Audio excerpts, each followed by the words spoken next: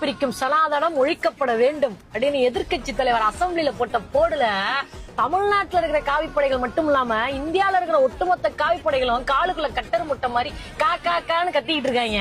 அதுல டிவிக்கு அவ்வளவு முகமூடி போட்டுக்கிட்டு நானும் தாவே காக்காரன் தான்டா அப்படின்ட்டு சனாதனம் ஒழிக்கப்படக்கூடாது, சனாதனம் ஒழிக்கப்படணும்னு நீங்க பேசுறீங்கன்னா இது உங்க அப்பா காலத்துல உருவாக்கப்படுது நினைச்சிட்டீங்களோ, உங்க தாத்தா காலத்துல உருவாக்கப்படுது நினைச்சிட்டீங்களோ?